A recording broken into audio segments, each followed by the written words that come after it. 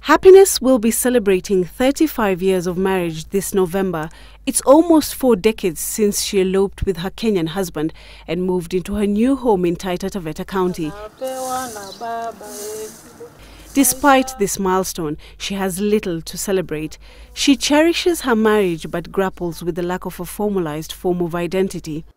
Naishi hapa madrasani, nimetokea sehemu ya Tanzania, sehemu ya Makuyuni. Nimeolewa hapa tangu mwaka 1983.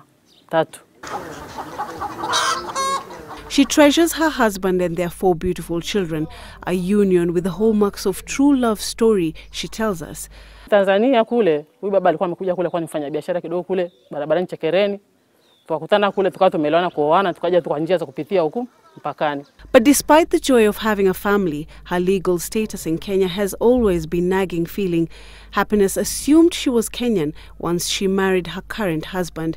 She claimed to have surrendered her Tanzanian documentation at the border upon arrival back in 1983. Her union would legitimize her status as a Kenyan, or at least that's what she thought. Mimi sina uhuru hata kusafiri kwenda mbali. Pia masuala kama haya vikundi siwezi kuingia. Na kuwa tunaishi kwa kubahatisha. Nibebwe na mtu mwingine, anibebe mgongoni, ni kama yeye anajulikana, ananisaidia.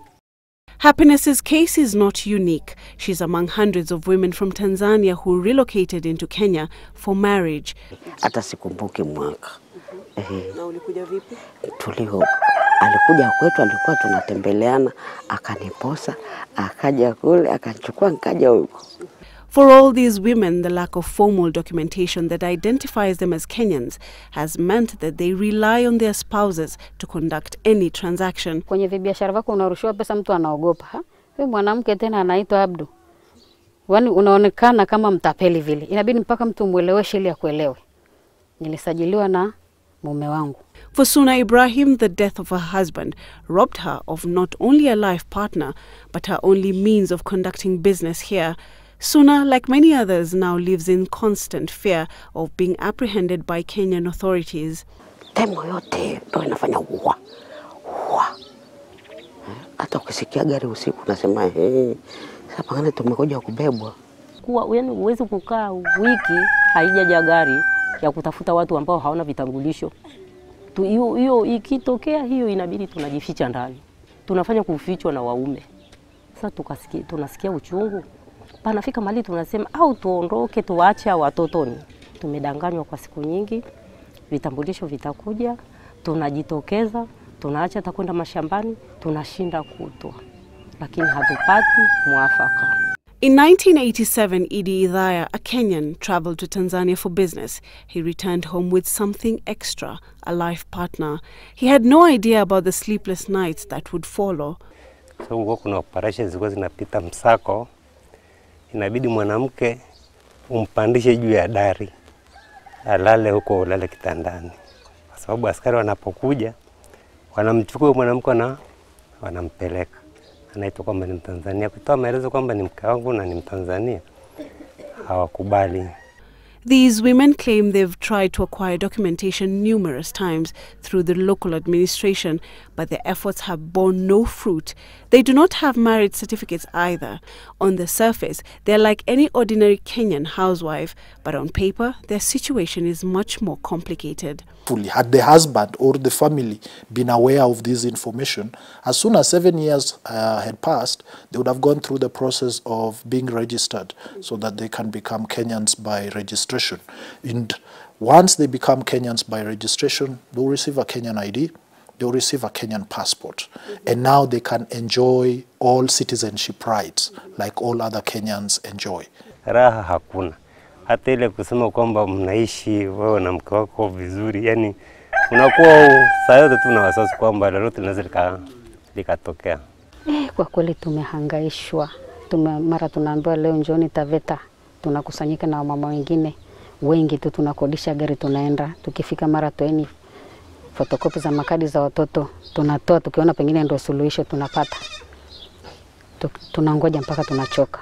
A few kilometers away is another village with Tanzanians who call Kenya home. They've heard of our arrival and have mistaken us for immigration officers. We can sense their apprehension. Si mapenzi yakishaingia mkiona, si mnajua tu mengine ni baadaye. Mahali niko na karibu miaka 60. Sasa hata nikirudi Tanzania nitarudi kufanyaje? I see a lot of ignorance of the law from both the people who are involved themselves and lack of a system of awareness from the state. Because if the chief of the area where these people reside was aware of this, should have been able to be the one actually speaking to them, raising awareness and saying, ensure you register your spouses. Them to formalize their marriage, because for the process to start, for them to become Kenyan citizens, they have to formalize their marriage and have a marriage certificate. Once they have this marriage certificate, then they can now apply for a dependence pass, which now they can be issued. Despite coexisting with their Kenyan hosts for decades, their welcome is far from cordial. Hata ukienda ukipata mtu amesikia kukufadhili, labda mwambie kopa, utanisaidia. Si unajua huwa ukikopa kuna kurudisha na interest. Sasa itabidi kama interest ni 10%, utarudisha na 20. Mwenye yule amekukopea atakwambia kitambulisho ni changu. Tuko kama wafungwa. Japo pengine tutaambiwa ni wafungwa, lakini kama wafungwa, maana mambo mengine ya kiumama ya ndani ya nyumba ya kifamilia hakuna vile anaweza nikasaidika. Vijana wetu bado wanaendelea kuwaoa wa Tanzania kule. Sasa hivi unaona tulivyoketi pale, tuko marika tofauti. Kuna wakubwa zaidi, kuna wasaizi ya katikati, kuna wadogo zaidi. Bado wanaolewa, kuna wengine tena wameolewa sijui ni juzi wa kutoka Tanzania. No one should be blamed for this, but measures should be taken to immediately provide redress. According to the Immigration Department, the situation is prevalent in towns bordering neighboring countries. We shall try to fast-track the process, to try and expedite it as quickly as possible, so that we can address some of the sufferings some of them have been undergoing, particularly for those who have lost their husbands. Njia kupitia kama njia za vichochoro tunajiiba, tunapita tu, hatuna yani halali kamili kupita. Sasa si wote waliotoka hapa, kwa sababu tumeshasumbuliwa sana, wengi wamekata tamaa. Wako majumbani, tuko wengi sana ambao tuna vitambulisho. To acquire a Kenyan citizenship, one must have a valid marriage certificate and proof of having lived within Kenyan borders for more than 7 years. Those are not refugees. They are not asylum seekers. So the option of sending them away will create more problem. Those are people who have legitimately settled within the confines of the country called Kenya. Those are people who came to Kenya lawfully. They are not illegal immigrants. And where our system is inadequate, we should regularize rather than condemn.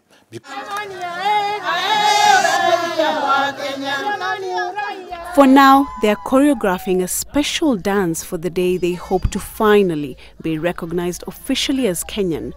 Tutakapokabidhiwa vile vitambulisho, sijui ni zawadi gani wakina mama ambao tutakaitoa pongezi kwa upande wenu. Kitambulisho ingekuwa ni kitu cha kula, tungemega kidogo tule. Kwaje, utajihisi vipi? Nitakuwa na raha na nitanenepa. Unasikia? Kwa sababu nimekuwa raia. Kikipata sijui nipike chai siku hiyo, nipige magoti nimwombe Mungu. Kwa sababu hofu wangu ni kunyanyasika kwenye compound yangu. The future is unpredictable for these women. For now, they can only wait and hope that one day they can be known for more than just border wives. It's about 4 kilometers to the Kitogoto area at the Kenya-Tanzanian border, but for the residents here, they yearn for a sense of belonging. For them, home is so near, yet so far. Saida Swale, Citizen TV, from Eldoro area in Taita Taveta County.